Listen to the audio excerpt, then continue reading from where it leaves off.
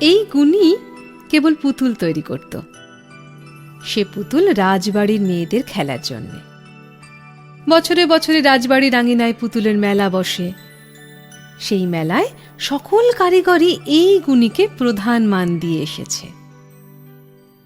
যখন তার বয়স হলো প্রায় 4-20, এমন সময় মেলায় এক নতুন কারিগর এলো। তার নাম কিশনলাল। বয়স তার নবীন, নতুন তার কায়দা। যে পুতুল সে গড়ে তার কিছু গড়ে, কিছু গড়ে না, কিছু রং দেয়, কিছু বাকি রাখে। মনে হয় পুতুলগুলো যেন ফুরোয়নি, যেন কোনো কালে ফুরিয়ে যাবে না। নবীনের দল বললে লোকটা সাহস দেখিয়েছে। প্রবীণের দল বললে একে বলে সাহস, এ তো স্পর্ধা। কিন্তু নতুন কালের নতুন দাবি। এ কালে রাজকন্যারা বলে আমাদের এই পুতুল চাই, সাবেক কালের অনুচরেরা বলে আরে ছি। শুনে তাদের জেদ বেড়ে যায়।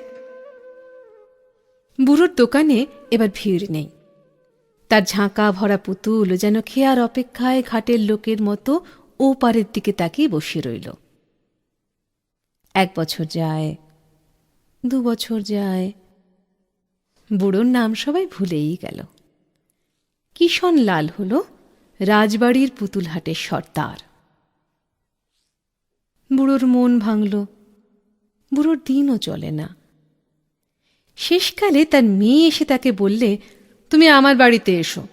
জামাই বললে খাও দাও, আরাম করো, আর সবজির ক্ষেত থেকে গরু বাছুর খেঁদিয়ে রাখো। বুড়োর মেয়ে থাকে অষ্টপ্রহর ঘরকন্নার কাজে।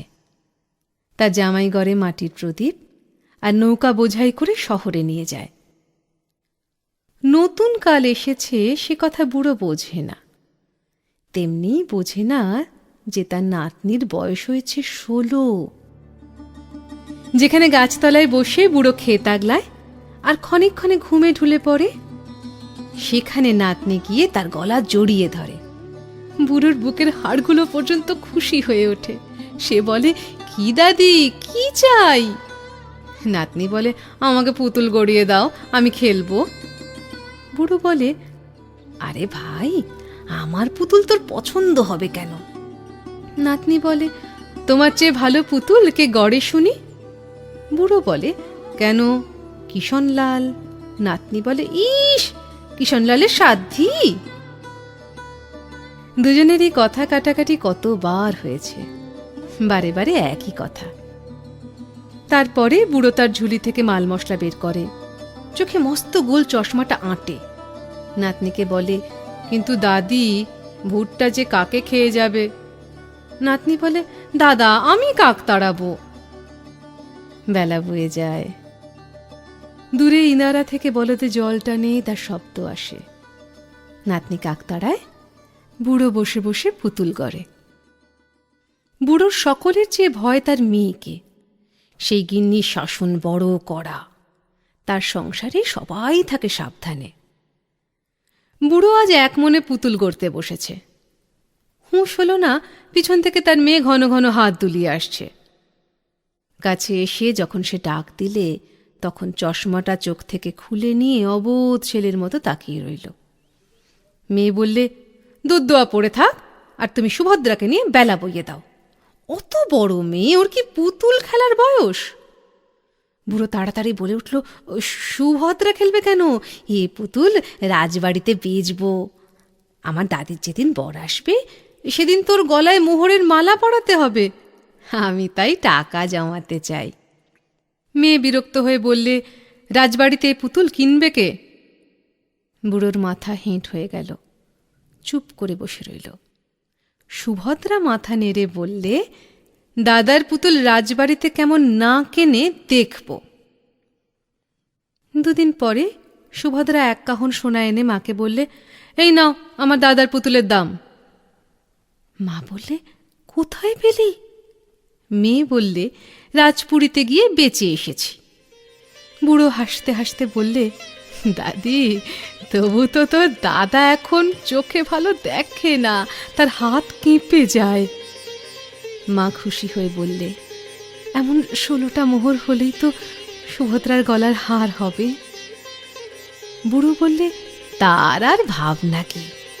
সুভদ্রা বুড়োর গলা জড়িয়ে ধরে বললে, দাদা ভাই, আমার বরের জন্য তো ভাবনা নেই। বুড়ো হাসতে লাগলো আর চোখ থেকে এক ফোঁটা জল মুছে ফেললে।